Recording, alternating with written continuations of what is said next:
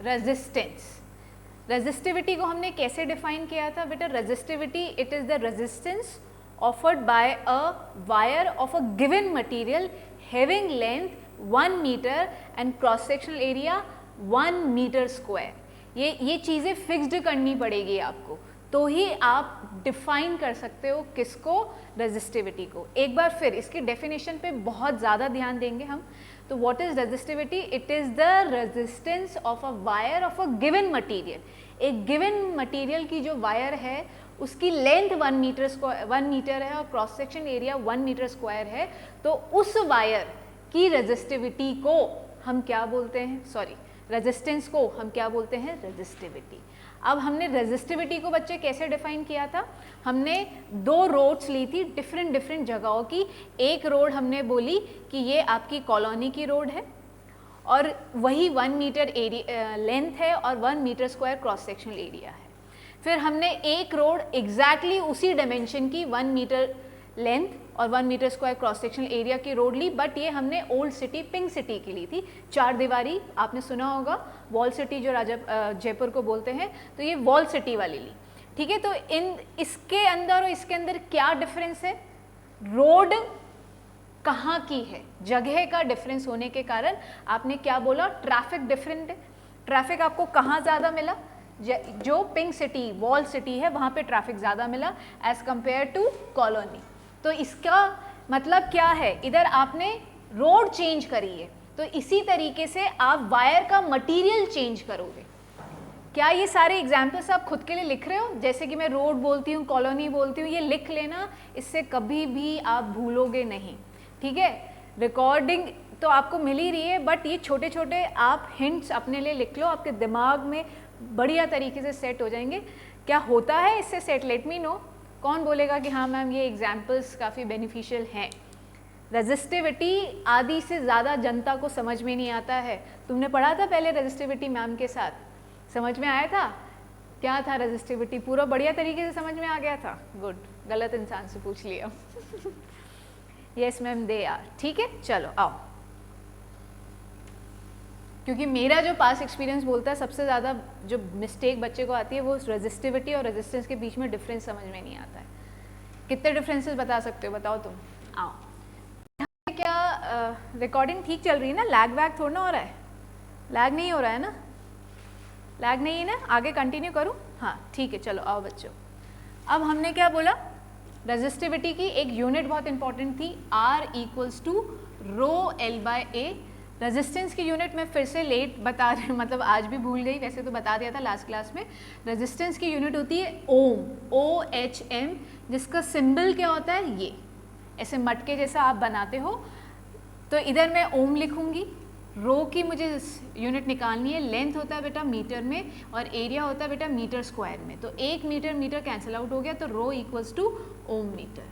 क्या ये बात सारे बच्चों को क्लियर है? ρ = ohm metre, it is the unit of resistivity. ठीक है, अब नाउ जल्दी से सारे बच्चे बताएंगे रेजिस्टेंस किन पैरामीटर्स पे डिपेंड करता है और रेजिस्टिविटी किन पैरामीटर्स पे।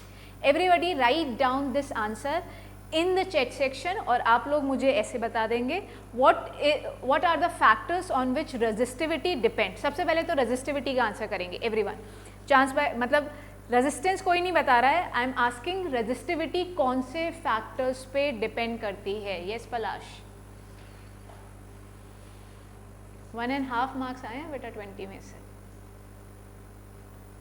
आपको मुझे रोज नहीं बोलना पड़े कि नीचे आना है। आपने आशना को बोला कि मुझे नीचे ही आना पड़ेगा। आशना और तुमको सेम मैसेज गया था from very that day. Aashna is coming every single day over here. उसको मुझे रोज नहीं बुलाना पड़ता। बेटा आपके लिए भी यही है। शौर्य को मैंने यही मैसेज दिया था, उसने और भी पहले से आना चालू कर दिया था।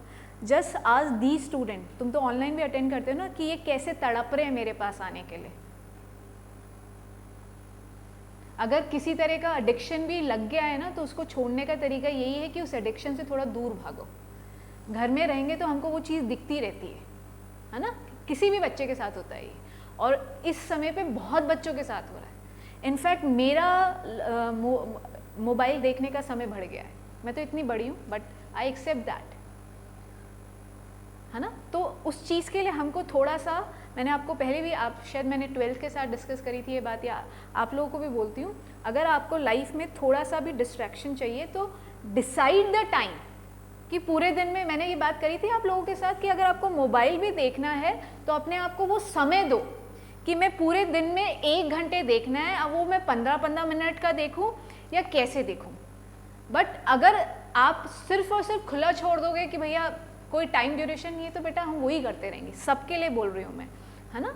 तो अभी समय है, अभी तो 2 या 3 महीने, इनफैक्ट 3 महीने अपन कंप्लीट करने वाले हैं, तो 3 महीने तो देखो वेस्ट हो गए, जो चला गया सो चला गया, बट अभी भी पकड़ना चाहो तो पकड़ सकते हो। उसके लिए थोड़ा सा सेल्फ कंट्रोल करना पड़ेगा, ठीक है। कोई भी पेरेंट्स भी रोज बोलते हैं, टीचर भी रोज बोलते हैं, बट जैसे कि मैंने तुमको यहाँ पे बताया था ऑब्स्ट्रैक्शंस, तो वो ऑब्स्ट्रैक्शन मैंने तुमको रास्ता दिखा दिया है। I am here to teach you, I am here to guide you, मैं तुम्हें हर तरीके से गाइड करने की कोशिश कर रही हूँ, फिर भी डिस्ट्रैक्शंस आएंगे, तो थोड़ा तो हमको अपने आप को कंट्रोल करना पड़ेगा ना। चलो बच्चों, तो आंसर लिखा रेजिस्टिविटी का। अस्मी अनम्यूट करके बताओगी मुझे, रेजिस्टिविटी किस पे डिपेंड करती है?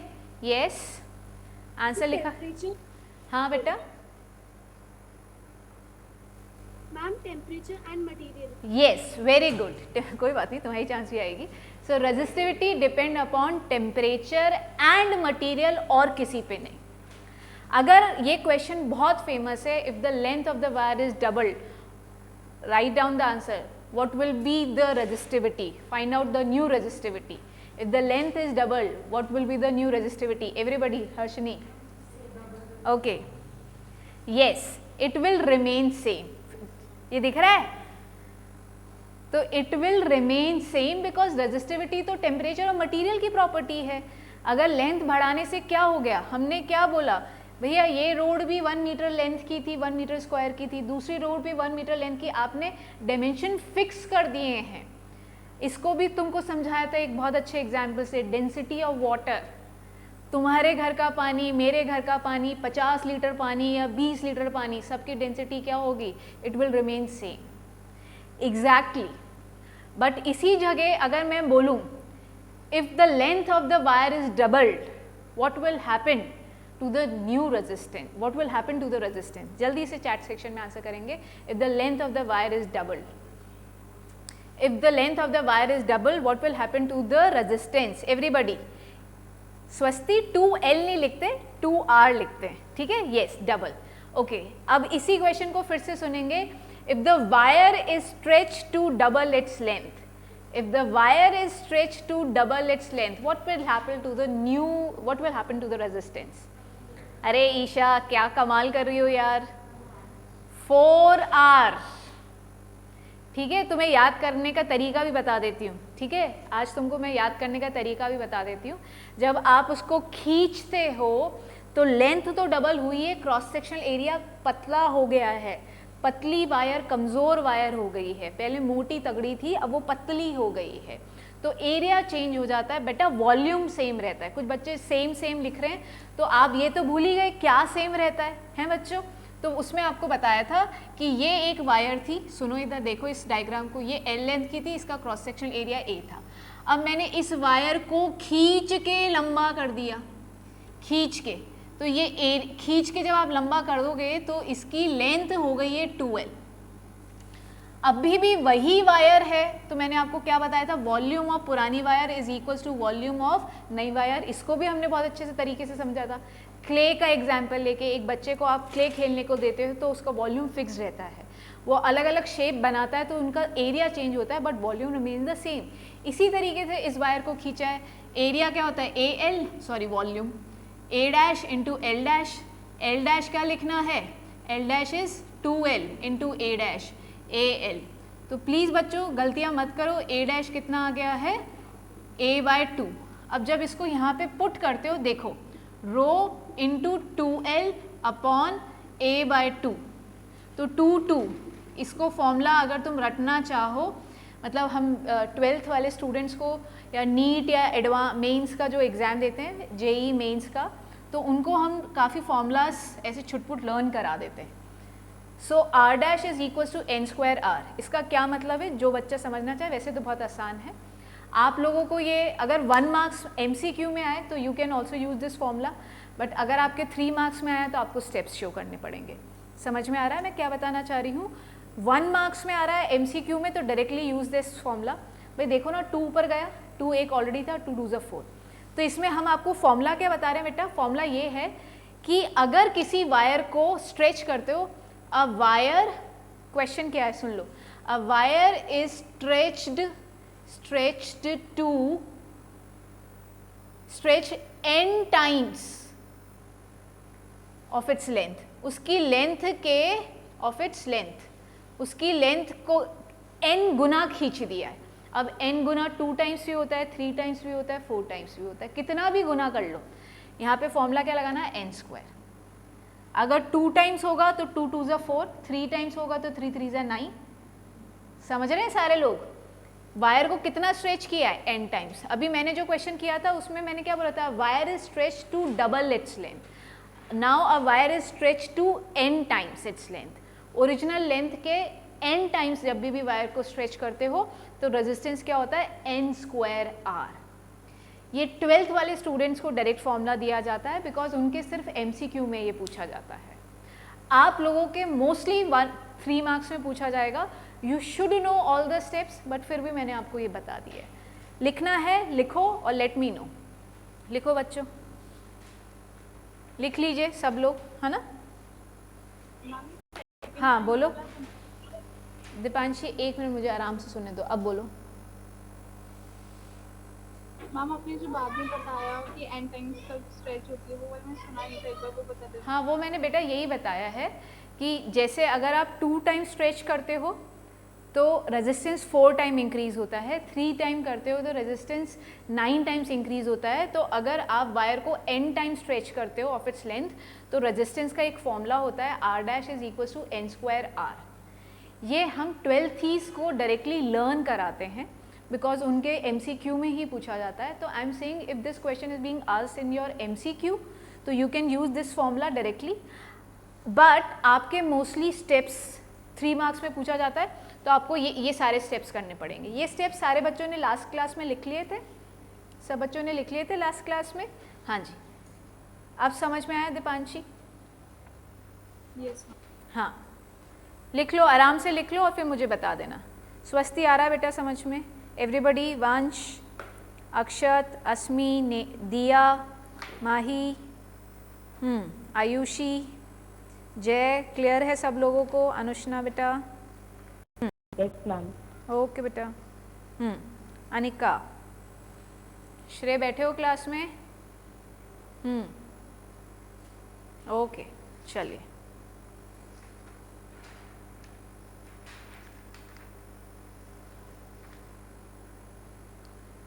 नया टॉपिक पढ़ा दूँ? कॉम्बिनेशन ऑफ रेजिस्टेंस पढ़ा दूँ? कॉम्बिनेशंस ऑफ रेजिस्टेंस पढ़ा दूँ, है ना? देखो इस पे न्यूमेरिकल्स अभी शायद तुम लोगों ने शीट करी नहीं है, वो जो मैंने 8-9 क्वेश्चंस की शीट दी थी, अब वो कर लो। एक शीट और मैं तुम्हें नेक्स्ट क्लास से पहले मतलब अभी अपलोड कर दूंगी तो तुम्हारे पास होमवर्क हो जाएगा। NCERT स्टार्ट अटेम्प्टिंग, हमने करंट डिस्कस कर लिया है, अभी हर्षनी मेरे बिहाफ पे होमवर्क डालेगी। Attempt NCERT all the solved and unsolved question till the topic we have covered. इसके सॉल्व बहुत इंपॉर्टेंट हैं, काफ़ी मायने रखते हैं। मेरे को लगा खुला है तो आप कोई भी बच्चा सॉल्व्ड प्लीज़ मिस मत करना, इसके आपको करने हैं, ठीक है? न्यूमेरिकल बहुत इंपॉर्टेंट है इसके, ठीक है? तो सीरीज पैरेलल कॉम्बिनेशन पढ़ा रहे हैं। चलिए आए, इसको पढ़ने से पहले थोड़ा सा तुम्हें सर्किट के बारे में बता देते हैं।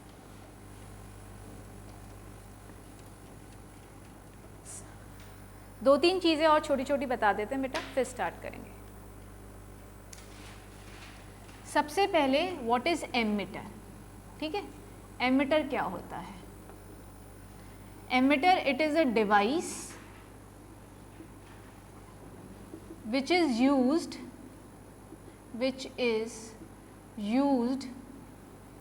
to measure current।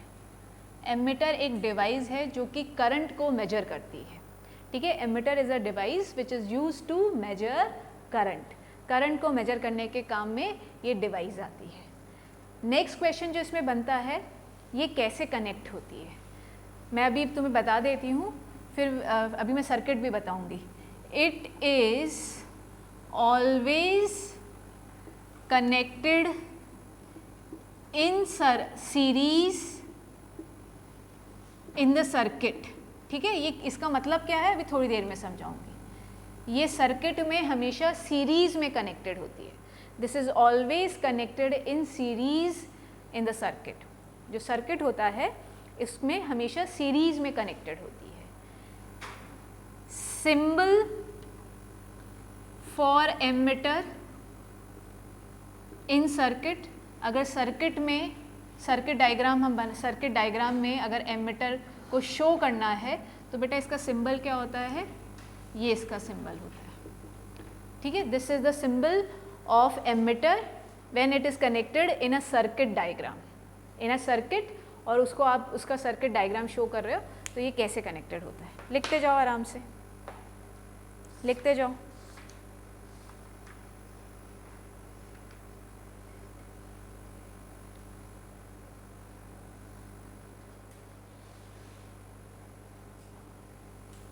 Ma'am please, हाँ रिकॉर्डिंग बच्चे मैंने स्टार्ट कर दी है, मैंने बहुत पहले कर दी थी, है ना, यही बोल रहे हो ना?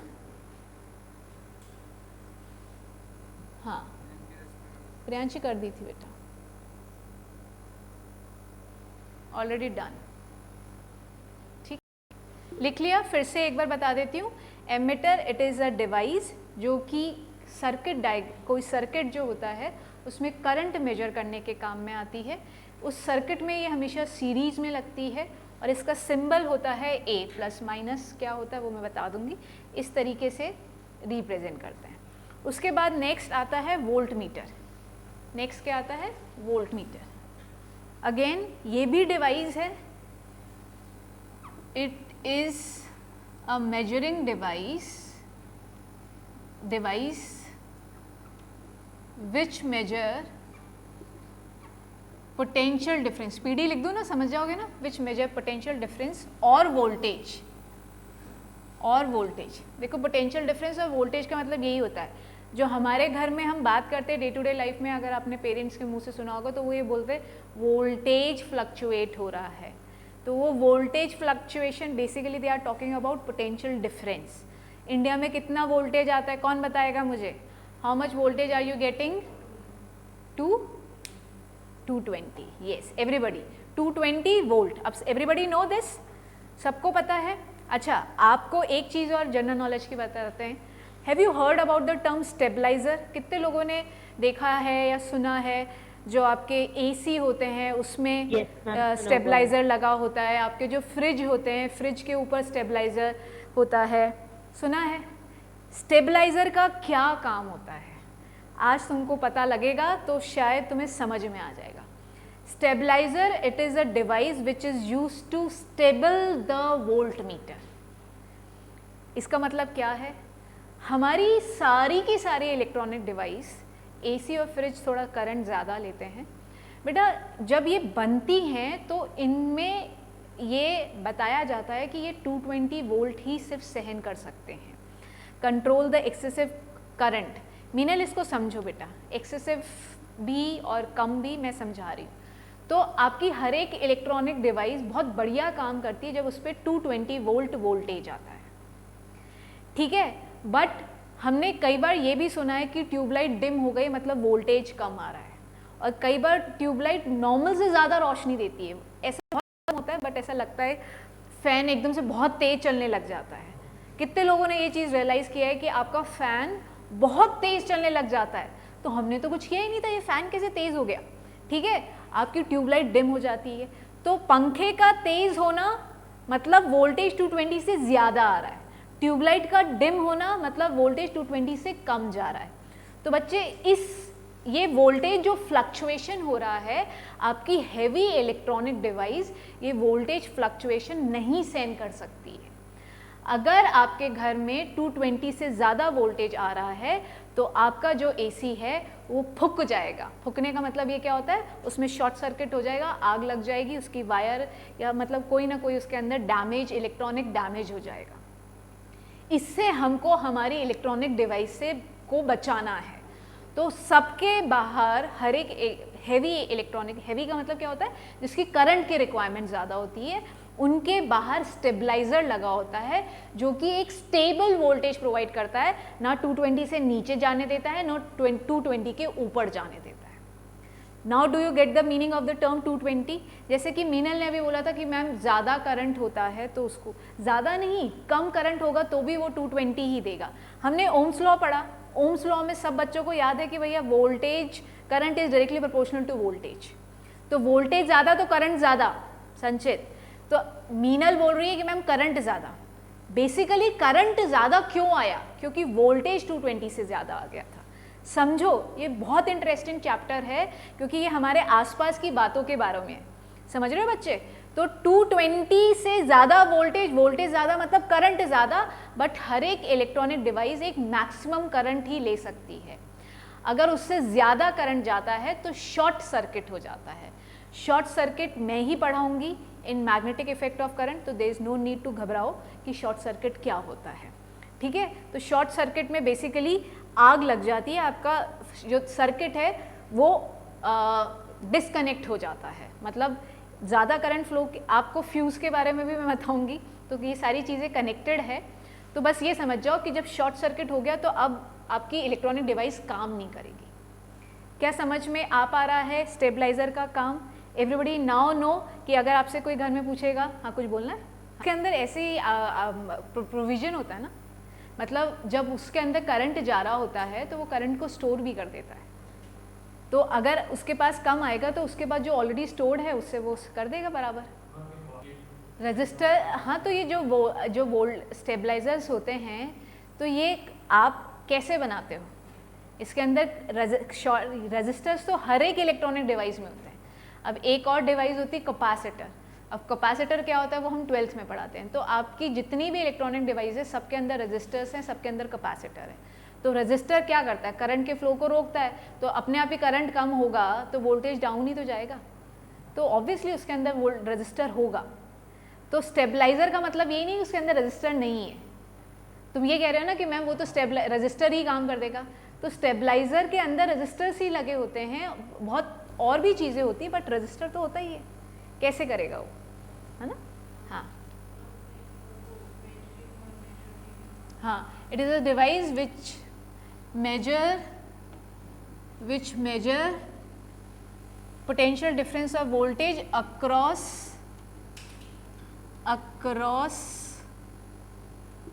the two terminal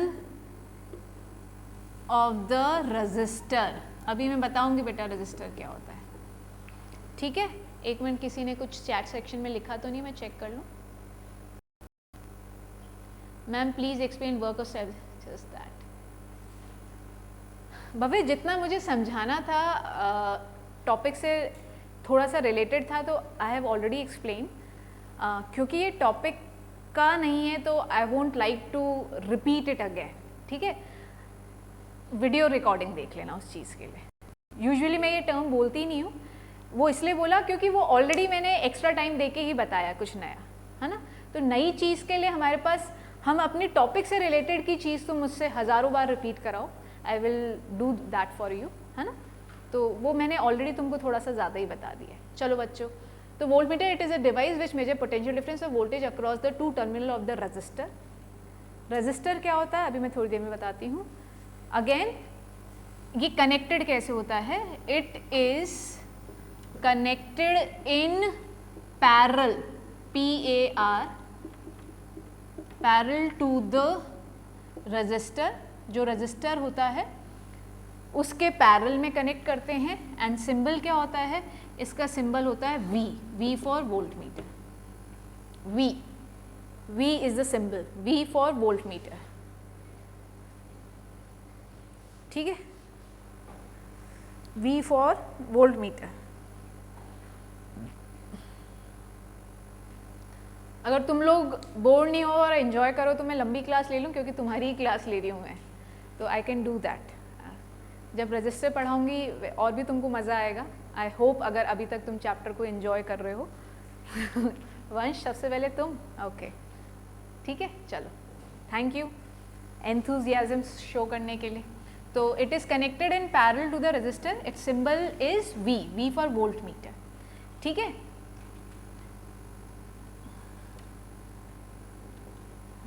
ये चीज़ चलो बाद में बताएंगे, आओ आगे बढ़ते हैं। अ device which has resistance, a device which has resistance, ऐसी कोई भी इलेक्ट्रॉनिक डिवाइस जिसका रेजिस्टेंस होता है वो क्या होती है, उसको रजिस्टर बोलते हैं। तुम्हारे आसपास जितनी भी इलेक्ट्रॉनिक डिवाइस हैं, कोई भी 100% इलेक्ट्रॉनिक जो उसमें करंट आ रहा है उससे वो 100% काम नहीं कर रही। इसका क्या मतलब है, आराम से समझो। अगर मैंने स्विच ऑन किया और मेरा फ़ैन घूमने लगा, तो whatever electrical energy I am providing to my fan will not convert into rotational energy. कोई भी एफिशिएंसी का मतलब समझते हो, एफिशिएंसी जैसे किसी भी इंसान की एफिशिएंसी 100% नहीं होती है। शायद मैं जो पढ़ा रही हूँ तो I am not 100% efficient to make every single student to understand the topic, ठीक है। मैं 100% सक्षम नहीं हूँ। कोई भी स्टूडेंट 100% सक्षम नहीं होता है whatever I am teaching them to get 100% of it, ठीक है। आप कुछ ना कुछ भूल जाते हो या समझ में नहीं आता है, तो दैट इज़ कॉल्ड एफिशिएंसी। इसी तरीके से आपकी जितनी भी इलेक्ट्रॉनिक डिवाइस, जितनी भी मशीन, जो भी किसी भी तरह की, कोई भी 100% एफिशिएंट नहीं होता है। इसका मतलब क्या होता है, जो आपने इनपुट दिया वो सारा का सारा आउटपुट में कन्वर्ट हो जाए, नहीं होता है। तो अगर मैंने स्विच ऑन किया, इलेक्ट्रिकल एनर्जी दी मैंने 100%, तो उसकी 80% रोटेशनल में कन्वर्ट हुई, 20% हीट एनर्जी में कन्वर्ट हो गई। Heat energy yes Meenal, sound energy, मेरा फ़ैन अभी आवाज़ कर रहा है थोड़ा बहुत, तो दिस इज़ वेस्ट, समझ रहे हो। तो आप लिखना चाहो तो लिख लो कि 100% इलेक्ट्रॉनिक एनर्जी में से सिर्फ 80% रोटेशनल में कन्वर्ट हो रही है, 20% जो लॉस है वो किस फॉर्म में, sound and heat, sound and heat. अब मैं क्या टॉपिक बताई थी मैं वो भूल गई हूँ, रेजिस्टेंस। मैं फिर भी ट्रैक से हट गई, मैं क्या पढ़ा रही थी मैं वही भूल गई। चलो तुम ये तो लिख लो, एफिशिएंसी जैसे हमने डिस्कस किया। एफिशिएंसी का मतलब होता है जो भी आपने इनपुट दिया, whatever input is given is not exactly equal to output, ठीक है, वो पूरा आउटपुट के बराबर नहीं होता है। No electronic device, no device is 100% efficient, ठीक है। कोई भी इलेक्ट्रॉनिक डिवाइस 100% एफिशिएंट नहीं होती है, कुछ ना कुछ लॉस होता ही है। जैसे कि फ़ैन में साउंड एनर्जी हीट एनर्जी के फॉर्म में हो रहा है। यस बच्चों, क्या ये बात समझ में आती है, क्लियर है। अब हाँ, मेरे को आ गया याद। तो अब मैं आपको बता रही हूँ, register is a device which has resistance. आपके पास जितनी भी इलेक्ट्रॉनिक डिवाइस है, हर एक के अंदर रेजिस्टेंस होता है, मतलब वो 100% करंट को अपनी तरफ फ्लो करने ही नहीं देती है, ठीक है। करंट को स्लो डाउन करती है, टकराव होता है, कोलिजन से क्या होता है, friction, friction produce heat energy. Heat energy क्यों, मतलब आपकी इलेक्ट्रॉनिक डिवाइस में रेजिस्टेंस है, येस और नो। तो रेजिस्टेंस किसके पास होता है, हर एक इलेक्ट्रॉनिक डिवाइस। आपका फ़ैन है, ट्यूबलाइट है, any electronic device has resistance, ठीक है। रेजिस्टेंस जिस डिवाइस के पास होता है उसको रजिस्टर बोलते हैं। तो register is the name of an object, object तो नहीं बोलेंगे, ऑफ एन इलेक्ट्रॉनिक डिवाइस, ठीक है, जिसका रेजिस्टेंस है। रेजिस्टेंस तो प्रॉपर्टी है, करंट को रोकने की क्षमता, बट ये किसके पास होती है, जिसके पास होती है उसका नाम रजिस्टर है। नहीं समझ में आ रहा, रजिस्टर तो किसका नाम है, रजिस्टर कोई भी हो सकता है। ट्यूबलाइट के अंदर रजिस्टर लगा हुआ है, मतलब वो उसके उस रजिस्टर के पास रेजिस्टेंस है करंट को रोकने की, ठीक है। Register it is a device, register is a device which has resistance, which provide resistance, जो कि करंट को रोकता है। हर एक इलेक्ट्रॉनिक डिवाइस के अंदर उसकी प्रॉपर्टी होती है, रेजिस्टेंस उसके अंदर होता भी है, और कई बार आप ऑफिशियली रजिस्टर को इंक्लूड करते हो। इसका क्या मतलब है, हम जब करंट को रोकना चाहते हैं, ज़्यादा करंट नहीं जाए, तो हम क्या लगा देते हैं, रास्ते में रजिस्टर लगा देते हैं जो कि रेजिस्टेंस प्रोवाइड करेगा, तो करंट अपने आप कम हो जाएगा। रेजिस्टेंस लेंथ पे, एरिया पे, मटेरियल पे डिपेंड करेगी। रेजिस्टिविटी मटेरियल की प्रॉपर्टी है, और रजिस्टर उस डिवाइस जिसके जो रेजिस्टेंस प्रोवाइड करता है उसको रजिस्टर बोलते हैं। जैसे वोल्ट मीटर एक डिवाइस थी जो कि पोटेंशियल डिफरेंस को मेजर करता था। एमीटर एक डिवाइस थी जो कि करंट को मेजर करता था। रजिस्टर एक डिवाइस है जिसका खुद का रेजिस्टेंस होता है। इसका सिंबल क्या होता है, बहुत ज़रूरी है देखना बेटा, ये सिंबल होता है ऐसे जिगजैग लाइन। सर्किट में जब मैं रेजिस्टेंस लगा दूंगी, रजिस्टर लगा दूंगी, तो R1 मतलब R क्या है, रेजिस्टेंस का सिंबल है। जैसे I फॉर करंट होता है, I फॉर करंट होता है, R फॉर रेजिस्टेंस, वैसे भी हम ओम्स लॉ में पढ़ चुके हैं, ठीक है। V फॉर पोटेंशियल डिफरेंस होता है, और इसका सिंबल ये जिगजैग लाइंस होती है, जो कि क्या बता रही है कि मैंने इतना रेजिस्टेंस लगा दिया है, ठीक है बच्चे। Ma'am which material has highest resistance, insulators, ठीक है। इंसुलेटर्स अपने थ्रू करंट को फ्लो ही नहीं करवाते हैं, तो इंसुलेटर का रेजिस्टेंस ज़्यादा होता है, ठीक है। आपकी बुक में टेबल भी बनी हुई है, 106 page number if I am right, 203 पे बेटा आप चेक कर सकते हो, उसमें रेजिस्टिविटी की एक टेबल बनी हुई है। तो यू विल फाइंड कि मेटल्स की रेजिस्टिविटी कम होती है और इंसुलेटर्स की रेजिस्टिविटी सबसे ज़्यादा होती है, ठीक है मीनल। 203 पे आपको मिल जाएगी, ठीक है बेटा। एलॉय की रेजिस्टिविटी इंसुलेटर्स और मेटल्स के बीच की होती है। हाँ भव्य बोलो यार, तुम्हारी भव्य बोल रहा है, मेरे को तो बता देना भव्य बोल क्या रहा है, क्योंकि मुझे वो बोल रहा है 207 पर है। एक बार वंश आराम से बोलना। मैम वो ऐसा कह रहा है कि 207 पेज नंबर पर है। 207 पेज पे, ओके। वंश इज सेइंग, हाँ क्या बोले मीनल? मैम मैं ये कह रही हूँ कि भव्य कह रही कि 207 पेज नंबर पे। हाँ ठीक है, 207 पे है, ठीक है बेटा, 203 पे नहीं। रेजिस्टिविटी ही बोल रही हूँ मैं तो, सिंबल्स नहीं बोल रही। I was talking about resistivity, that is on 207। हाँ, सिंबल्स की बात नहीं कर रही थी बेटा, मैं रेजिस्टिविटी की बात कर रही थी। 207, ठीक है। आओ बच्चों इधर आओ, आओ देखो सर्किट क्या होता है, सर्किट कैसे बनाते हैं पहले देखो। मैं सर्किट की डेफिनेशन तो तुम्हें नोट्स में भी मिल जाएगी। सर्किट में क्या क्या होता है, एक सेल या बैटरी होती है, ध्यान से देखेंगे सब लोग। सेल बैटरी क्या प्रोवाइड करेगी, अरे सोर्स ऑफ एनर्जी, ठीक है। अगर बच्चे के पास टीचर नहीं होगा, ma'am I am not Audible, ऐसा पूछ रही हो क्या, स्टेटमेंट है ये तो। एम आई नॉट ऑडिबल या आई एम नॉट ऑडिबल समझ में नहीं आ रहा, ठीक है। शी इज, पता नहीं, तुम लोग डील कर लो, मुझे समझ में नहीं आ रहा। तो बैटरी क्या होती है, battery is a source of energy. Battery नहीं होगी तो इलेक्ट्रिकल एनर्जी नहीं मिलेगी। ये सोर्स ऑफ एनर्जी को आप रेजिस्टर्स के थ्रू कनेक्ट करते हो, ठीक है। अब इस रेजिस्टर के साथ ये देखो, ये सीरीज में हमने करंट लगाया है, एमिटर लगाया है, ये की होती है, की इसको बोलते हैं ओपन की। और जब इसके अंदर बिंदु लगा देते हो तो दिस इज कॉल्ड क्लोज्ड की, ठीक है। और ये रेजिस्टर के पैरेलल में मैंने लगा दिया वोल्ट मीटर।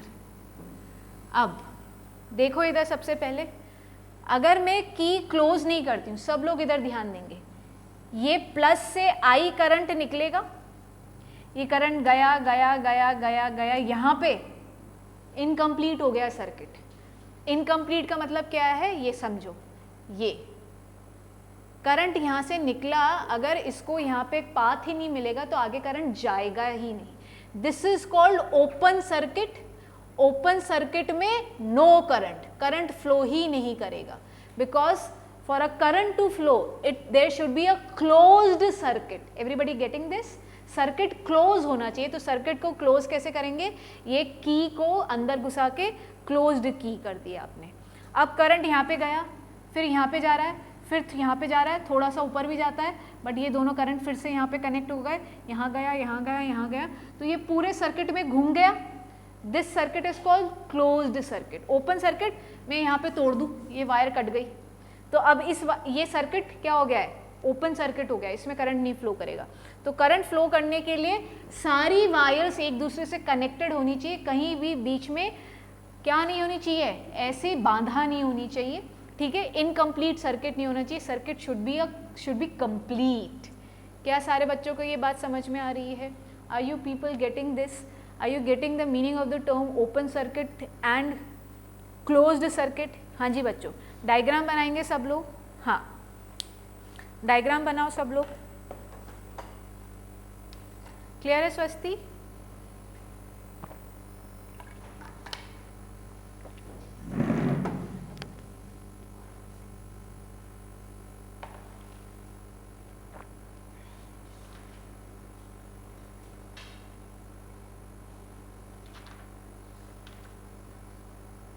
डायग्राम बन जाए तो बताना।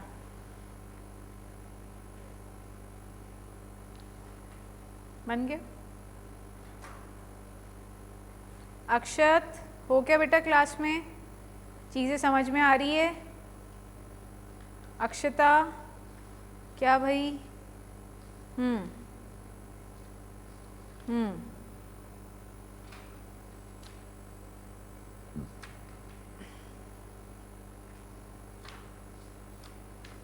डन?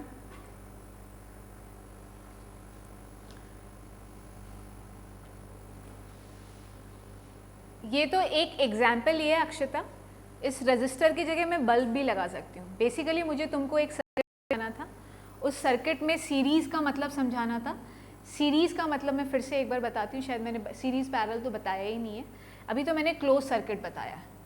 अब देखो सीरीज़ का मतलब क्या होता है, जब एक डिवाइस कनेक्टेड होती है उसके बाद में उसके बाजू में दूसरी, उसके बाजू में तीसरी, चौथी, ऐसे लाइन बाय लाइन। सीरीज़ मतलब सारे बच्चे प्रेयर्स के लिए कैसे खड़े होते हैं, ठीक है? अभी तो प्रेयर होती नहीं है, होती है क्या प्रेयर? बट लाइन में खड़े नहीं होते। तो जब आप स्कूल जाते थे लाइन में खड़े होते थे, एक के बाद एक बच्चा, एक के बाद एक बच्चा, स्ट्रेट लाइन। तो इसी तरीके से जब एक रजिस्टर, फिर दूसरा रजिस्टर, फिर तीसरा रजिस्टर, एक के बाद एक रजिस्टर कनेक्टेड होते हैं तो उसको बोलते हैं सीरीज़। तो इधर रजिस्टर के बाद एमिटर कनेक्ट हुआ है, तो एमिटर किस में कनेक्टेड है? रजिस्टर के सीरीज़ में। अभी समझ में आ रहा है सीरीज़ का मतलब? पैरेलल का मतलब क्या है भैया? रजिस्टर के ये टर्मिनल है दो, प्लस और माइनस। आपको पता है ना, जब इसमें से करंट जाएगा तो करंट को रोक देगा, और आपको यहाँ पे बताया था यहाँ पे पोटेंशियल ड्रॉप हो जाएगा।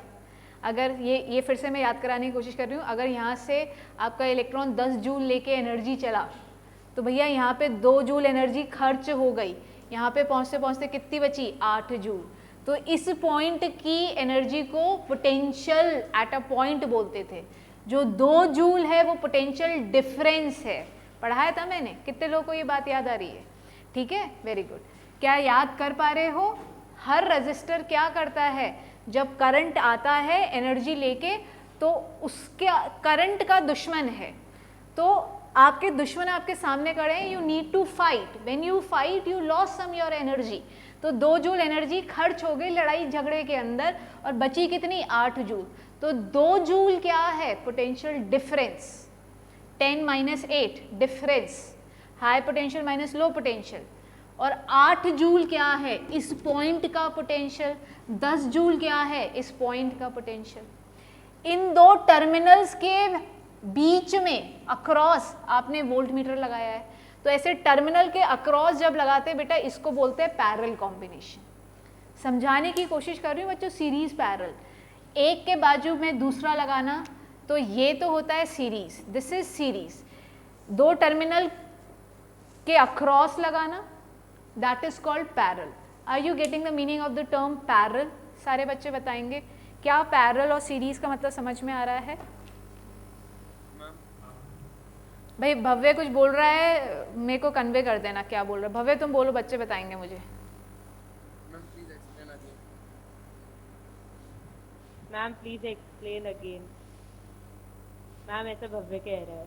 Please explain again.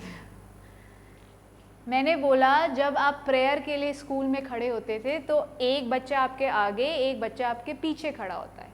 तो सीरीज के अंदर रजिस्टर, फिर उसके बाद एमिटर, फिर एक और एमिटर, ये जब एक के बाद एक डिवाइस को लगाते हो तो this is called series combination. तो आप देख सकते हो रजिस्टर के बाजू में मैंने एमिटर लगाया, तो दिस इज कॉल्ड सीरीज। जब दो टर्मिनल के अक्रॉस लगाते हैं, ये दो टर्मिनल प्लस माइनस, और इसके अक्रॉस लगाइए डिवाइस, तो बेटा उसको बोलते हैं पैरेलल, उसको बोलते हैं पैरेलल। अभी समझ में आया? हाँ ठीक है, ठीक है, चलिए हाँ बोलो।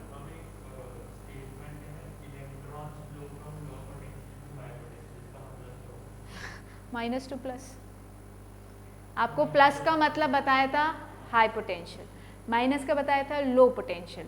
करंट फ्लो करता है high to low, plus to minus, अगर आपको याद है तो।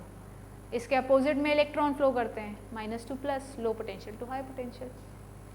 ठीक है, मेरे लेक्चर्स अटेंड करने के बाद आपकी कोई चीज़ छूटेगी ही नहीं, सब चीज़ें बहुत बढ़िया से कवर हो रही है। आपको देखना है कि आप पकड़ पाए या नहीं। पूछ लिया, बहुत अच्छा किया, अभी समझ में आ गया। अपोजिट डायरेक्शन आपको पढ़ाई क्या है? What is the conventional direction of current? Current always flow in a direction opposite to the flow of electron. Current always flow from high potential to low potential. तो ये क्वेश्चन आपके 1 marks में पूछ सकते हैं, what is the flow, what is the direction of flow of electron, और आपको hint MCQ में दे रखा है high to low, low to high, none of these. तो आप क्या लिख के आओगे बच्चों, बताओ? Everybody let me know what will be the flow of direction of the flow of electrons? High to low Meenal गलत, करंट फ्लो करता है हाई टू लो। क्वेश्चन सुनो, what will be the direction of flow of electrons? Electron will always flow, yes.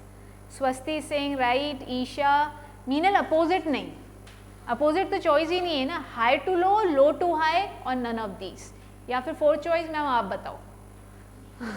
ठीक है, तो अब तुमको कौन सी चूज करनी है? तो second is low to high, तो current always flow from low to high, sorry electrons. Electron होगा वो करंट के अपोजिट तो फ्लो हाँ करेगा। हाँ, तो करंट का फ्लो होता है high potential to low potential, तो इलेक्ट्रॉन का क्या होगा? Low to high. ठीक है, बताओ, बोलो मीनल। Yes ma'am. ओके ठीक है, चलो गुड। चलिए चलिए आगे बढ़ते हैं। क्या बताया अभी? सीरीज पैरेलल का मतलब बता दिया। ठीक है, सिंबल्स बता दिए, रजिस्टर का सिंबल बता दिया, बहुत इंपॉर्टेंट है। एक और डिवाइस होती है, ये तो अगर स्कूल में बताएंगे, रियोस्टेट। रियोस्टेट बेटा, rheostat it provides variable resistance, it provide variable resistance। ये क्या प्रोवाइड करती है? वेरिएबल रेजिस्टेंस को प्रोवाइड करती है। वेरिएबल रेजिस्टेंस मतलब क्या है, सुनेंगे। ये जब आपको स्कूल जाने को मिलेगा तो आपको स्कूल में दिखाएंगे रियोस्टेट। एक बॉक्स होता है, ठीक है, एक बॉक्स होता है, क्यूबॉइड शेप का बॉक्स होता है। उस बॉक्स में कीज होती है बहुत सारी, उन कीज का फिक्स्ड रेजिस्टेंस होता है, 5 ओम की 2 ओम की, समझ रहे हो? तो अब मैंने रियोस्टेट को मेरे सर्किट में लगा दिया, सर्किट डायग्राम सबको समझ में आ रहा है? ठीक है, अब मैं क्या चाहती हूँ कि मैं रेजिस्टेंस अपने हिसाब से चेंज करना चाहती हूँ। सुनना, जो रजिस्टर होता है, रजिस्टर उसका फिक्स्ड रेजिस्टेंस होता है। ठीक है, जैसे मैंने 2 ओम का रजिस्टर लगाया तो उसका रेजिस्टेंस क्या है? 2 ओम, फिक्स्ड है, वो सुबह भी यही है, शाम को भी यही है, क्योंकि आपने 2 ओम का रेजिस्टर लगाया। बट ये रियोस्टेट के अंदर बहुत सारे रेजिस्टेंस होते हैं। अब पहले मैंने इसमें की निकालनी पड़ती है, जो रेजिस्टेंस आपको चाहिए होता है उसकी की निकलती है। देखो ये तुम्हें शायद स्कूल में नहीं बताएंगे तो सुनना।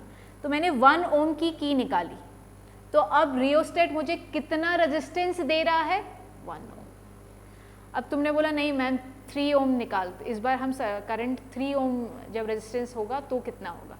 तो आपने एक 1 ओम की निकाली जो ऑलरेडी निकली हुई थी, और एक 2 ओम की निकाल दी। 1 + 2 कितना? 3 ओम। तो अब आपका रियोस्टेट कितना रेजिस्टेंस दे रहा है? 3 ओम। तो आप अपनी मर्जी से रेजिस्टेंस हर बार सर्किट में चेंज कर पा रहे हो, क्योंकि हर बार की निकालनी होती है मैनुअली। समझ रहे हो? तो ये क्या कहलाता है? Rheostat is a device which provide variable resistance. और इसका सिंबल क्या है बेटा? इसका सिंबल होता है ये, ऐसे इसका पेट काट देते हैं, ठीक है? This is how it's symbol. एक और सिंबल होता है इसका, कुछ बुक में आपको ऐसा भी मिलेगा। ये दोनों ही सिंबल इसके हैं। ये दोनों का मतलब क्या है? रियोस्टेट लगाया है आपने, रजिस्टर नहीं लगाया है, ठीक है? पहली बार पढ़ रहे हो बेटा, ये सारी चीज़ें अच्छे से कवर करने की कोशिश करना अच्छे से।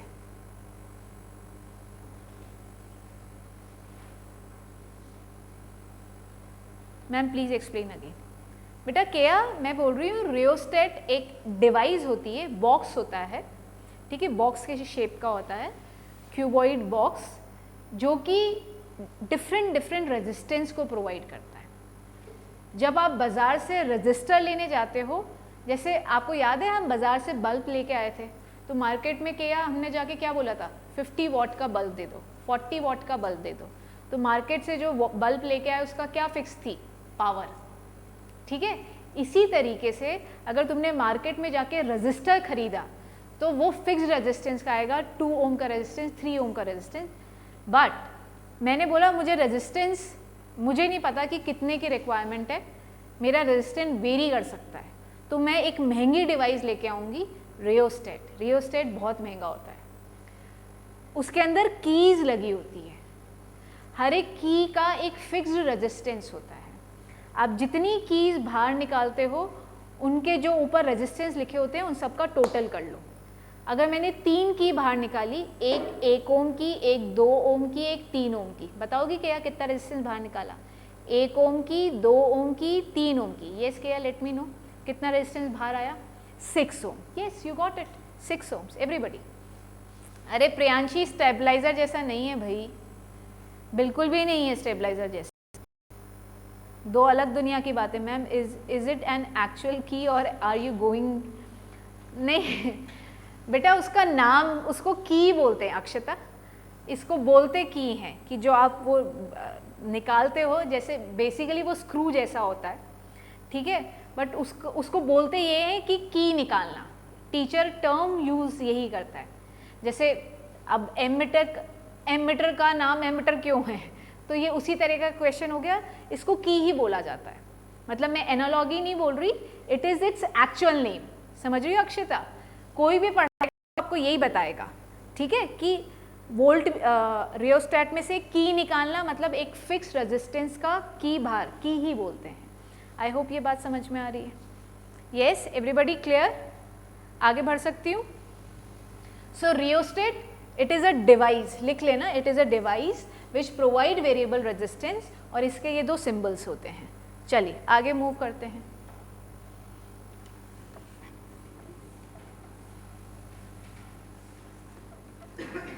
सिंबल्स अब ऑलमोस्ट कवर हो गए हैं, ठीक है? अब हम स्टार्ट करते हैं कॉम्बिनेशन ऑफ रेजिस्टेंस। बहुत इंपॉर्टेंट टॉपिक है इसका। एक तो 2 डेरिवेशन है छोटे छोटे से, ठीक है? और इस पे बेस्ड न्यूमेरिकल एग्जाम में एक आता है, सिर्फ एक ही आता है। श्रेय तुम्हारे टीचर सप्ताह से करा रहा है ना? ओके, कॉम्बिनेशंस ऑफ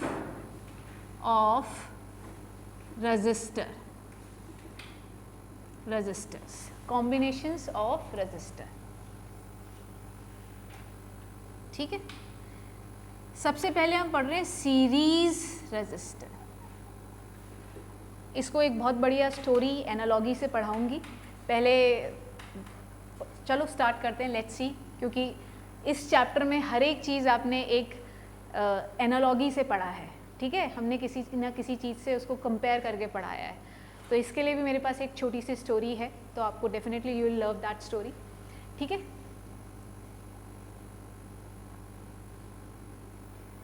ये मैंने क्या लगा दिए, अगर एक के बाद लगाए हैं तो ये क्या कहलाएंगे, सीरीज में रजिस्टर्स लगा दिए हैं। और ये मैंने सोर्स ऑफ इलेक्ट्रिकल एनर्जी एक बैटरी को लगा दिया है। आई होप किसी को कोई दिक्कत नहीं है इसके अंदर, everybody is getting this thing. ये इसका डायग्राम है। दो भी रजिस्टर हो सकते हैं, 3 भी हो सकते हैं, 3 से ज़्यादा भी हो सकते हैं, आपके कोर्स में नहीं है। सीरीज़ का मतलब क्या है, 2 या 2 से ज़्यादा रजिस्टर्स को एक के बाद एक लगाना, that is called series circuit, that is called series circuit, ठीक है। चलिए स्टार्ट करते हैं। पहले बेसिक तरीके से समझो मेरे साथ, ये V वोल्ट है, पोटेंशियल डिफरेंस क्या प्रोवाइड करता है, let me know what does this potential difference provide, chat section, potential difference क्या प्रोवाइड करता है, हाँ जी,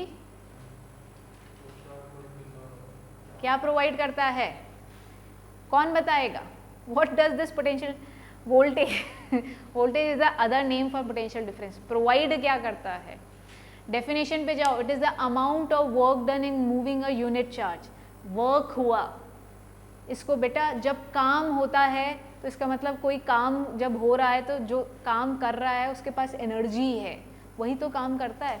इसका मतलब पोटेंशियल डिफरेंस एक एनर्जी प्रोवाइड करता है जो कि आपको एम करती है कि भैया सामने मूव करना है, एक पीछे से पुश आ रहा है, एक ऐसा पुश जो आपको एक फिक्स डायरेक्शन में लेके जाएगा, ठीक है। तो what does potential difference provide, it provide energy.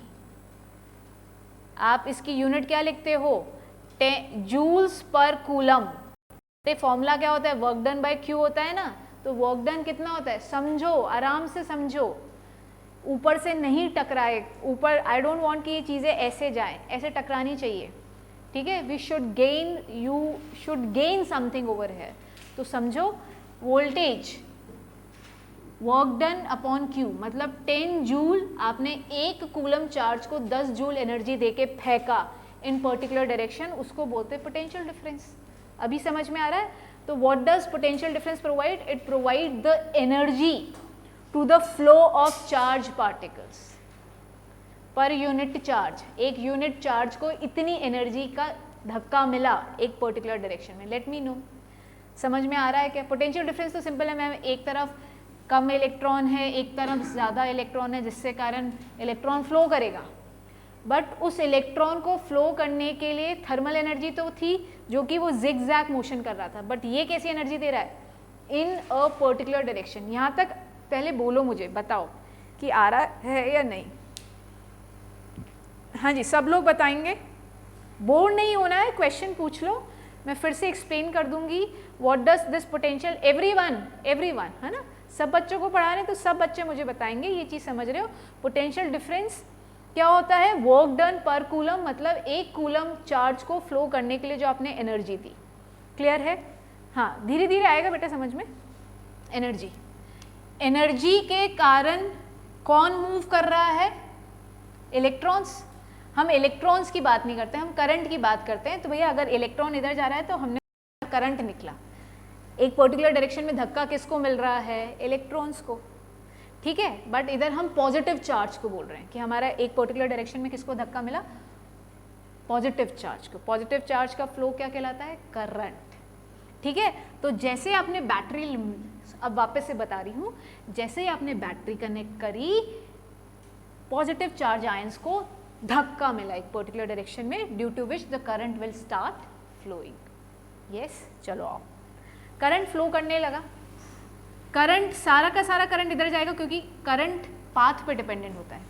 आप एक नाली में से पानी जा रहा है, चैनल बोलो या कुछ भी बोलो, तो अगर वो नाली बिल्कुल सीधे जा रही है तो पानी सीधे सीधे ही जाएगा। अगर उस नाली को बीच में से तोड़ दोगे तो पानी बीच में से निकल जाएगा, यही होता है। तो एग्जैक्टली ये फ्लो ऑफ इलेक्ट्रॉन्स है। अगर सारा का सारा वायर इधर जा रहा है तो इलेक्ट्रॉन्स भी इधर जाएंगे, फिर इलेक्ट्रॉन इधर जाएंगे, फिर सारा का सारा करंट इधर जाएगा, फिर सारा का सारा करंट इधर जाएगा, फिर सारा का सारा करंट इधर जाएगा और सारा का सारा करंट वापस इधर आ जाएगा। इसका मतलब सीरीज के अंदर करंट का डिवीजन नहीं होता है, हर एक को बराबर करंट मिलता है। इसका मतलब सारे के सारे I equals to 10 electron per unit. दूसरे तरीके से समझो, अगर 10 इलेक्ट्रॉन यहाँ से निकले, 10 इलेक्ट्रॉन इधर भी जाएंगे, 10 इलेक्ट्रॉन इधर भी जाएंगे, 10 इलेक्ट्रॉन इधर भी जाएंगे, क्योंकि रास्ता ही नहीं है। तो सारे के सारे इलेक्ट्रॉन्स हर एक रजिस्टर के पास जा रहे हैं, मतलब हर एक रजिस्टर का सीरीज में करंट सेम रहता है। अभी एक इतनी मस्त एनालॉजी से पढ़ाऊंगी ना बेटा, तुम बोलोगे मैम पहले ही बता देते, ये सब क्यों बताया आपने। 2 मिनट वेट कर लो, अच्छी चीज़ों का इंतज़ार करना चाहिए, ठीक है। चलिए, तो करंट का डिवीजन नहीं हो रहा। अब तुमने ये भी अभी मैंने जैसे एक रैंडम सिचुएशन लेते हैं कि यहाँ से हमने बोला 10 वोल्ट पोटेंशियल है, तो यहाँ पे भी कितना है 10 वोल्ट। 10 वोल्ट बेसिकली क्या है 10 जूल पर कूलम। एक कूलम इलेक्ट्रॉन को आपने 10 जूल एनर्जी देके फेंका। रजिस्टर ने क्या किया, उस इलेक्ट्रॉन को धक्का मुक्की, ठीक है, रोकने की कोशिश करी, जिसके कारण इस इलेक्ट्रॉन की एनर्जी कम हो गई। वो आगे फिर भी जा रहा है, लड़ता भिड़ता जा रहा है, बट एनर्जी कम हो गई। फिर इधर गया, इधर से फिर से लड़ाई झगड़ा चालू, फिर से एनर्जी कम हो गई, कितनी भी कम कर सकते हो आपकी इच्छा हो, ठीक है। फिर इधर से गया और यहाँ पे फाइनली 0। यही तो होता है। फिर से ये बैटरी उसको एनर्जी भरेगी, फिर से मूव करेगा, फिर से एनर्जी। हर दिन तुम मेरे पास पढ़ने आते हो, हर दिन मैं तुमको पढ़ाती हूँ, हर दिन पॉजिटिव एनर्जी देती हूँ, फिर ख़त्म हो जाती है, फिर आती। तो यही तो हो रहा है। अगर हम पोटेंशियल डिफरेंस इसके अक्रॉस बात करें तो 10 से 8 पोटेंशियल ड्रॉप हुआ, मतलब यहाँ का पोटेंशियल क्या है V1 है, यहाँ पे पोटेंशियल कितना है V2 है, यहाँ पे पोटेंशियल कितना है V3 है।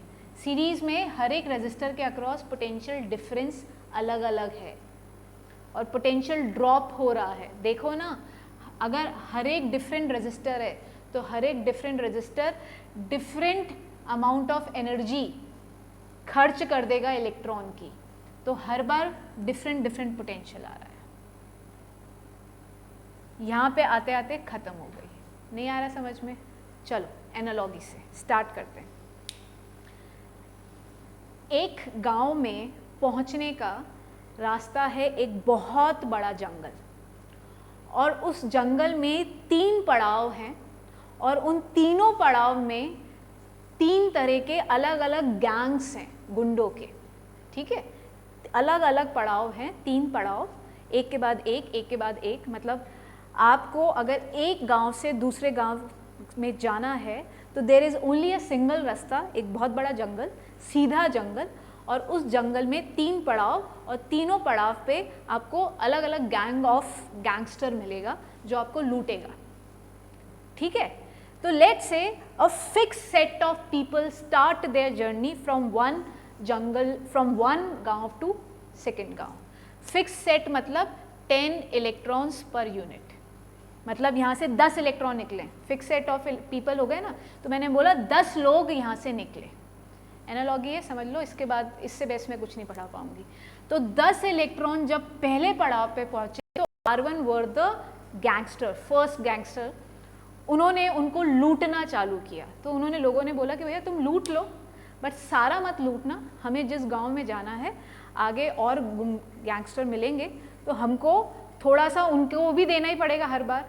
तो उन्होंने फाइट किया, बट फिर भी क्योंकि गैंगस्टर हैं, एनर्जी तो लेंगे, सामान तो लेंगे, लूटेंगे, और उनकी एनर्जी, उनके पास जो भी सामान था, जितना लेके चले थे वो कम हो गया।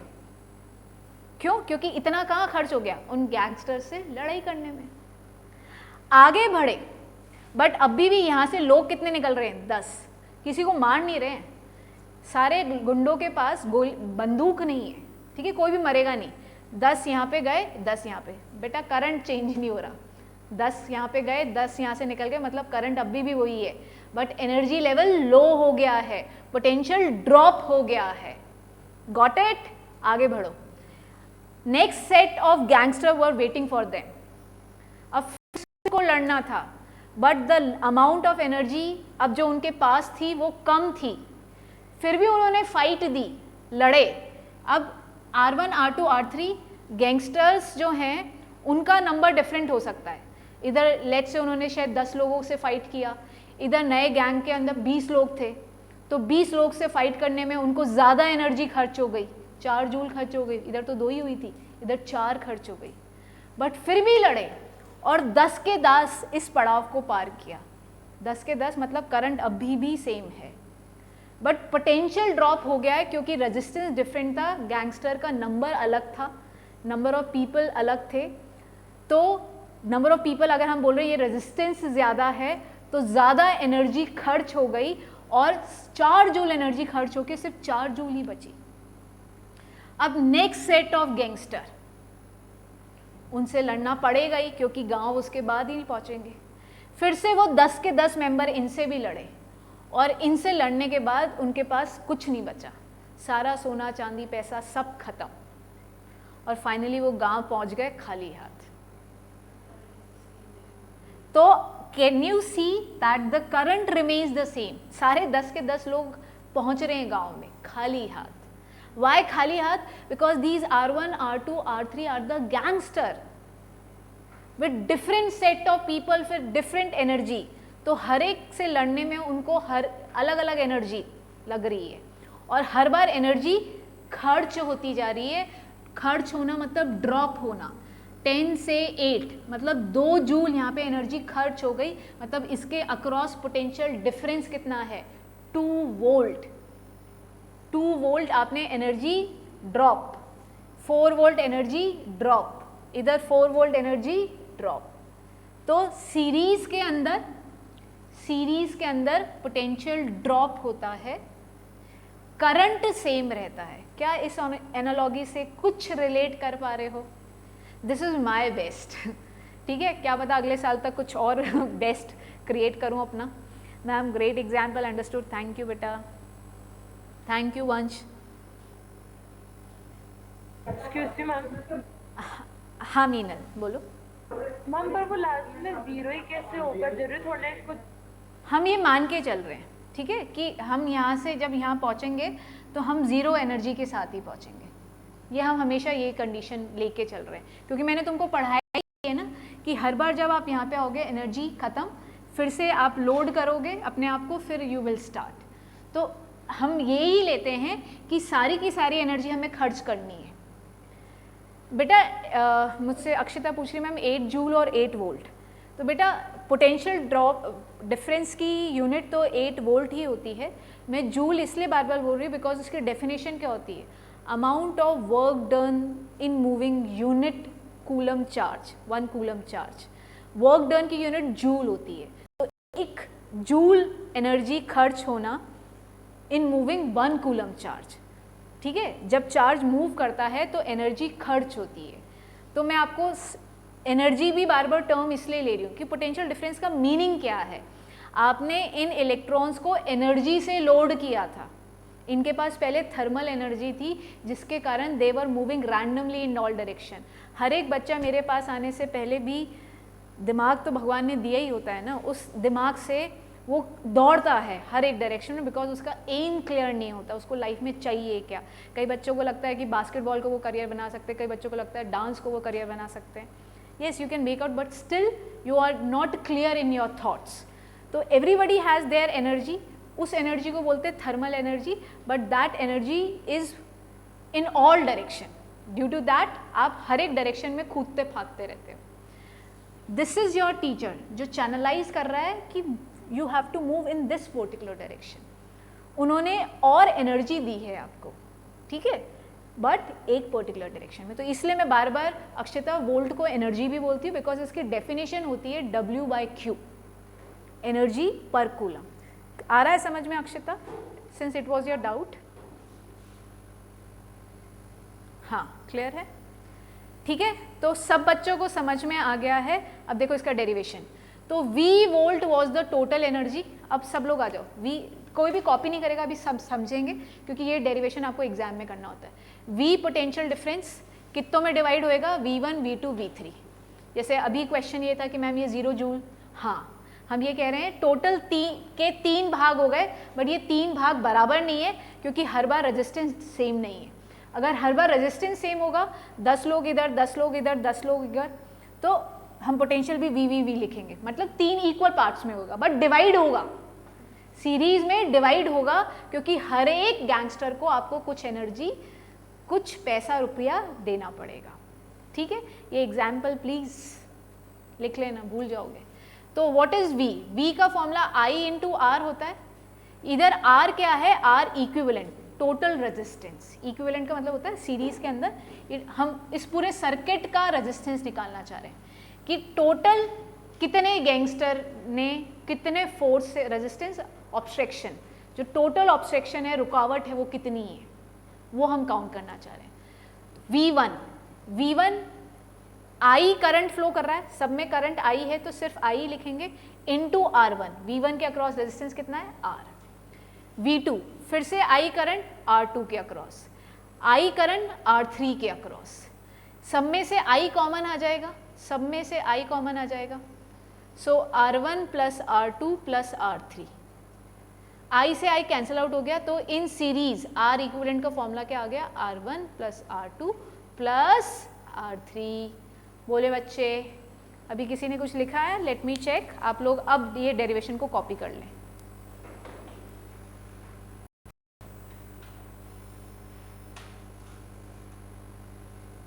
लिखो आप बेटा।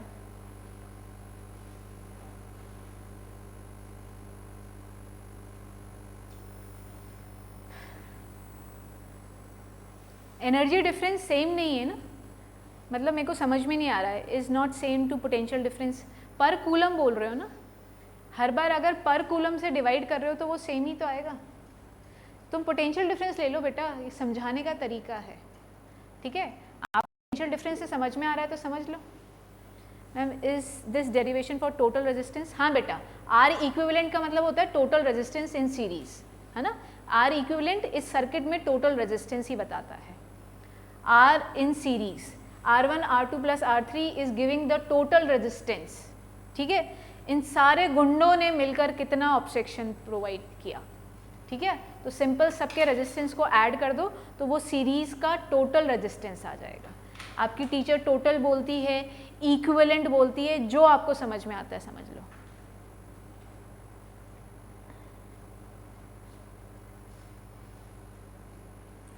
ठीक है, पैरेलल का भी एक बार सिखा देती हूँ, उसके लिए भी एक स्टोरी है। ठीक है, पहले तुमको बता देती हूँ।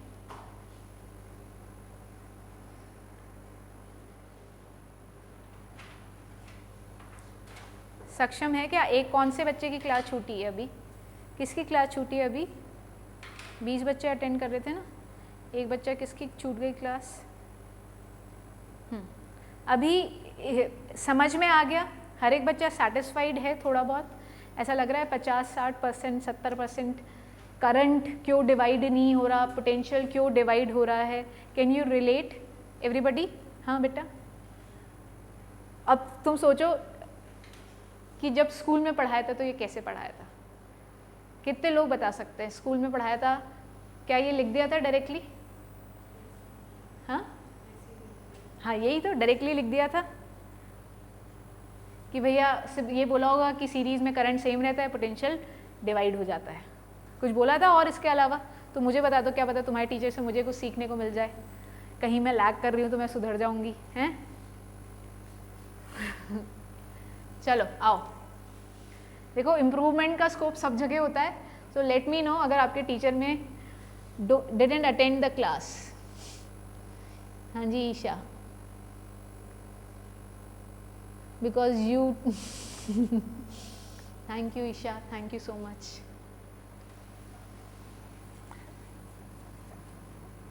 किया करो अटेंड यार, एटलीस्ट तुमको डिफरेंस समझ में आएगा।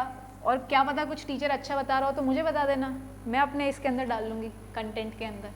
Parallel combination, parallel combination, parallel combination, इसमें भी मस्त स्टोरी है। मेरे को थोड़ी सी याद करनी पड़ेगी कि मेरे को सही याद है क्या, क्योंकि स्टोरी खुद बनाई हुई है ना।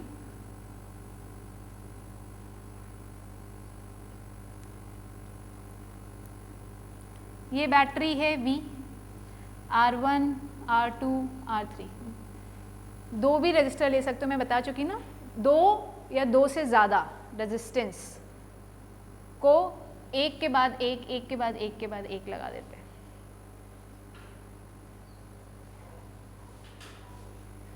ठीक है, स्टोरी बाद में सुनाऊंगी, ये स्टोरी का डायग्राम बना रही हूँ।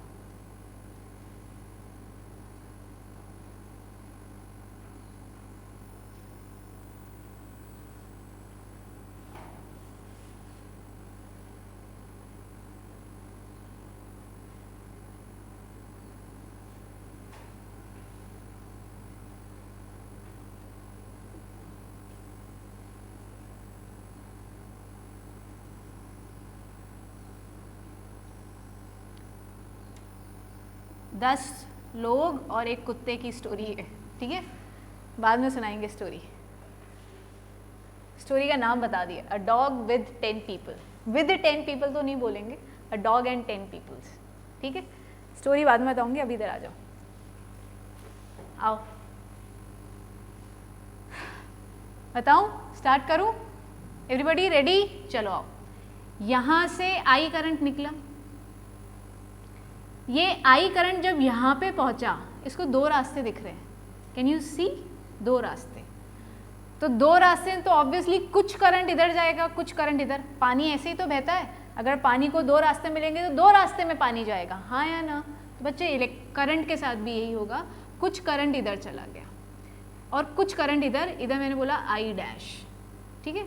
अब फिर से इधर करंट आया, इधर करंट आया, तो बेटा फिर से दो रास्ते नज़र आए, दो रास्ते फिर से नज़र आए तो फिर से करंट डिवाइड हो जाएगा, और इधर मैंने बोला I2 और इधर मैंने बोला I3, और ये पूरे I करंट का 3 में डिवीजन हो गया। तीनों में अलग अलग करंट क्यों गया, क्योंकि तीनों में अलग अलग रेजिस्टेंस है। तुम्हें पता है ना, रेजिस्टेंस और करंट में इनवर्स रिलेशनशिप, मतलब अगर ये रेजिस्टेंस ज़्यादा स्ट्रॉन्ग है, लड़ने वाला, सामने अपोज करने वाला खली है, तो ऑब्वियसली करंट बहुत छोटा होने वाला है, ठीक है। यहाँ पे एक सुस्त आदमी, सुकड़ा सा आदमी है, रेजिस्टेंस बहुत छोटा सा है, तो करंट मस्त फ्लो करेगा, ज़्यादा इलेक्ट्रॉन जाएंगे। समझ में आ रहा है? तो रेजिस्टेंस और करंट में इनवर्स रिलेशनशिप है, तो डिपेंडिंग अगर रेजिस्टेंस ज़्यादा तो उस हिसाब से करंट डिवाइड करेगा। पानी का रास्ता सकड़ा तो थोड़ा पानी जाएगा, नाला बड़ा चौड़ा तो ज़्यादा पानी जाएगा, सिंपल सी बात, हर एनालॉजी से बता दिया, ठीक है।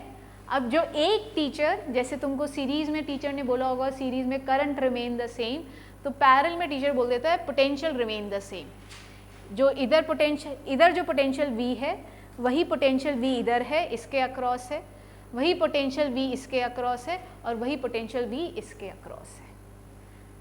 मैम कैसे? What is potential? It is the amount of energy spent in moving a coulomb charge. एक कूलम चार्ज को मूव करने में कितनी एनर्जी खर्च हुई, that is called potential. आ रही है बात समझ में? अब तुम्हारे दिमाग में क्वेश्चन आ रहा होगा कि मैम पोटेंशियल सेम क्यों है, उसको स्टोरी से समझेंगे। करंट का डिवीजन हो रहा है पैरेलल में, लेट मी नो कि मैम समझ में आ रहा है कि करंट पैरेलल में डिवाइड होगा। जल्दी से बता दो कि मैम करंट का समझ में आ रहा है, फिर स्टोरी सुनाऊंगी।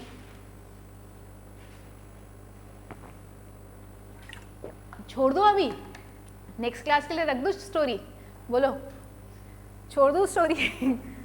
देखो 1.5 घंटा हो गया तुम्हें मेरे साथ पढ़ते हुए। अनिका क्या कह रही हो कि मैम छोड़ दो स्टोरी नेक्स्ट क्लास में? कितने लोग चाहते हैं नेक्स्ट क्लास में? 1.5 घंटा हो गया, तुमने 15 मिनट पहले एक्स्ट्रा दे दिए। सुननी है स्टोरी?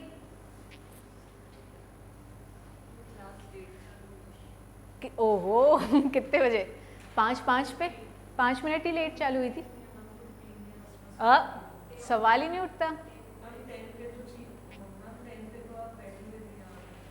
नहीं 5, मैं घड़ी देख रही थी जब मेरे इस मोबाइल पे इस जो लैपटॉप का है, जब मैंने बच्चों को इंक भर रहे थे अपन, इट वॉज व्हेन 5:02। तुम्हारा और मेरी घड़ी में डिफरेंस होगा ना? मैं तो इस घड़ी के साथ, अभी तुम्हारी घड़ी देखो, इसमें 27 हो रहा है। अच्छा चलो कोई बात नहीं, चलो स्टार्ट करते हैं। आओ सुनो, क्या स्टोरी है, सुनो बेटा। ये सीढ़ियाँ हैं, ठीक है, हर एक सीढ़ी सेम हाइट पे है। पोटेंशियल एनर्जी सुना है? पोटेंशियल एनर्जी क्या होती है? mgh। m stand for the mass of electron. कौन फ्लो करता है? इलेक्ट्रॉन फ्लो करता है।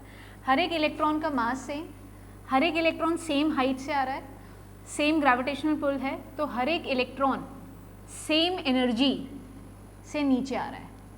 क्या ये बात समझ में आती है? अगर रास्ता सेम है तो आप कितनी एनर्जी खर्च करोगे? सेम एनर्जी, हाँ या ना? देखो, तुम और मैं, मतलब मैंने गलत बोल दिया, मैं और तुम, ठीक है, अगर हमारे मासेस डिफरेंट है तो ऑब्वियसली पोटेंशियल एनर्जी डिफरेंट होगी। बट बच्चे यहाँ पे तो हर बार हर सीढ़ी से इलेक्ट्रॉन को उतारना है। ये 10 लोग कौन हैं? 10 peoples are 10 electrons and every electron has same mass. वो कितना होता है तुम्हारे कोर्स में नहीं है, बट मैं फटाफट बोलूँगी, 9.1 × 10 की पावर -31 kg, ठीक है, 9.1 × 10 की पावर -31 kg, तुम्हें याद नहीं करना है, ठीक है। तो ये हर एक इलेक्ट्रॉन के पास सेम मास है, सेम हाइट से वो इलेक्ट्रॉन नीचे आ रहा है, तो सब सेम एनर्जी खर्च होगी। मतलब क्या बोलोगे, यहाँ से यहाँ तक जब आप नीचे उतरे तो आपने पोटेंशियल एनर्जी खर्च कर दी ना। जब कोई चीज़ हाइट पे होती है उसके पास पोटेंशियल एनर्जी होती है, जब वो हाइट से नीचे आ गई तो उसने पोटेंशियल एनर्जी खर्च कर दी। क्या सारे इलेक्ट्रॉन सेम एनर्जी खर्च कर रहे हैं? यस। अब आ जाओ, अब स्टोरी स्टार्ट हो रही है बेटा। 10 लोग अपने रास्ते जा रहे थे, उनके पीछे एक स्ट्रे डॉग पड़ गया, ठीक है, एक कुत्ता पीछे पड़ गया। क्या होगा? सब लोग भागेंगे, ठीक है। जब वो भाग रहे थे उनको 3 रास्ते मिले, 3 रास्ते। तो बेटा जो लोग आगे थे वो सबसे पहला रास्ता ले लेंगे। अब इस रास्ते में हो गई है भीड़, तो डेफिनेटली आप आगे भागोगे। फिर कुछ लोग इस रास्ते में उतर जाएंगे, फिर आगे इस रास्ते में भीड़ होगी तो बच्चे लोग और आगे जाएंगे और आगे चले जाएंगे। तो हर बार क्या हो रहा है? लोगों का डिवीजन हो रहा है, हाँ या ना?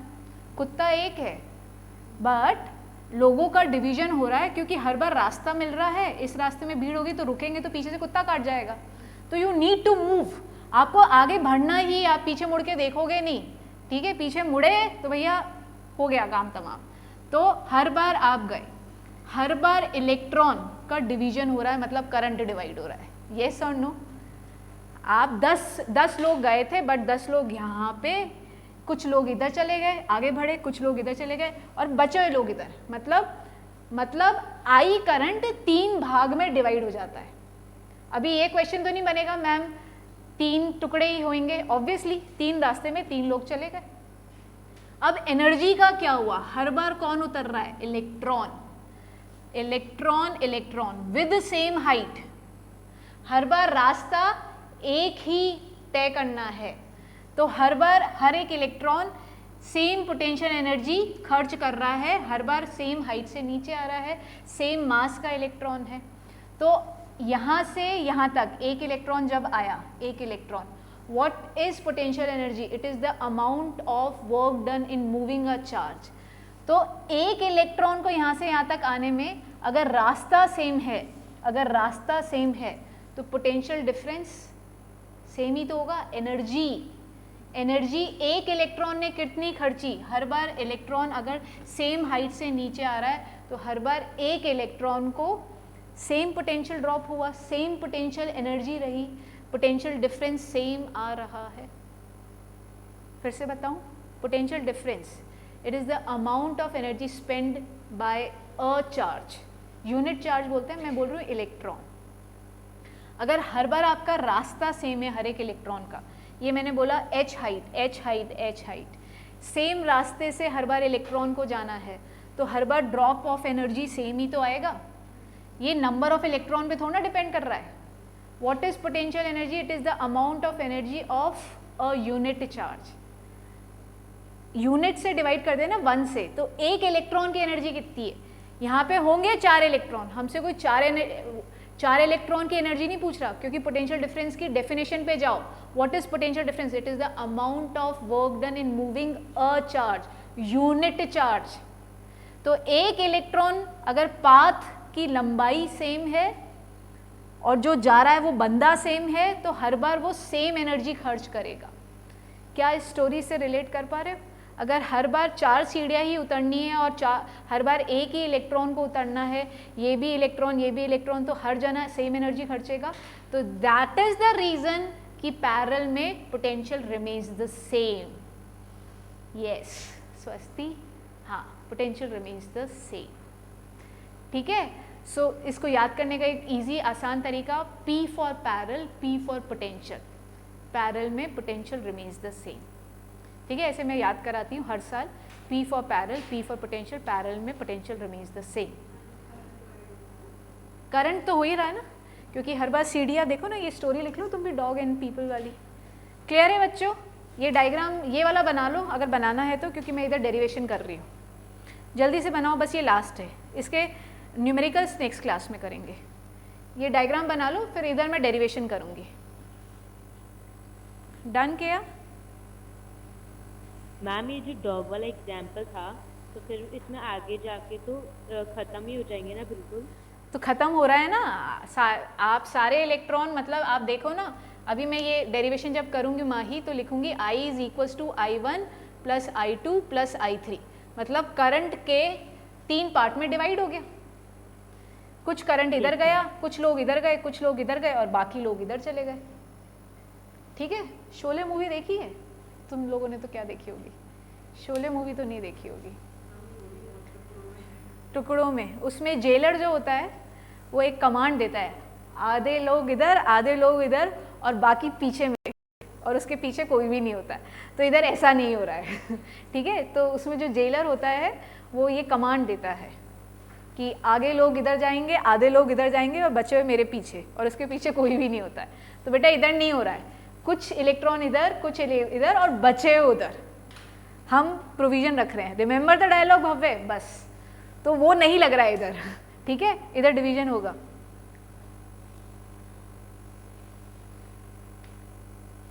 ये बच्चों को डेफिनेशन क्लियर नहीं है। हाँ जी, क्या बोल रहे हो ma'am? The number of electron changes in every ladder, so mass of electrons on every ladder will be different. Akshata बच्चे, what is the definition of potential difference?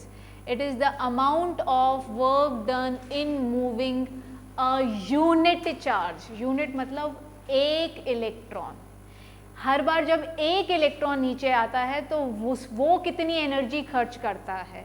We are not talking about कि इधर 4 आए, इधर 3 आए, इधर 4 आए। Why are you taking that बच्चे? We are taking एक इलेक्ट्रॉन ने कितनी, बिकॉज डेफिनेशन ही ये कहती है यूनिट चार्ज ने कितना काम किया, उसने कितनी एनर्जी खर्च करी। अक्षता, आर यू गेटिंग नाउ? हाँ जी, बताओ बेटा, बताओ बताओ जल्दी बताओ, लग गई मेरे को। बताओ, चलो आओ। बोलने में एनर्जी खर्च होती है। मैं भी तो इतनी देर से एनर्जी स्पेंड कर रही हूँ। आओ चलिए, so derivation, we will start with the derivation. आओ,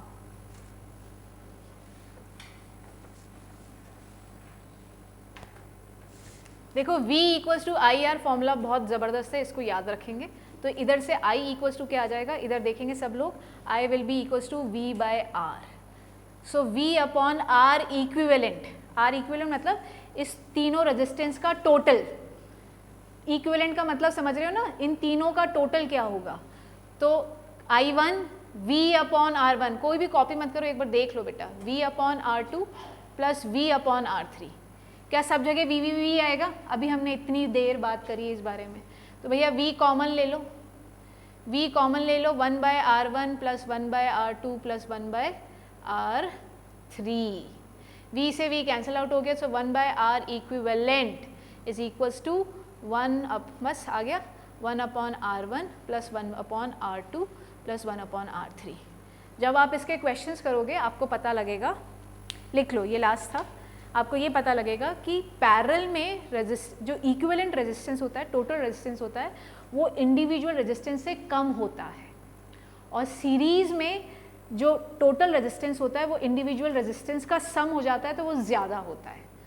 ठीक है, तो सीरीज में आप लगाते हो तो रुकावट बढ़ती है, और पैरेलल में आप लगाते हो तो रुकावट कम हो जाती है। आप खुद भी देखो ना उस कुत्ते वाले एग्जाम्पल में कि अगर आप लोगों को डिवाइड कर दोगे तो बचने के चांसेस है।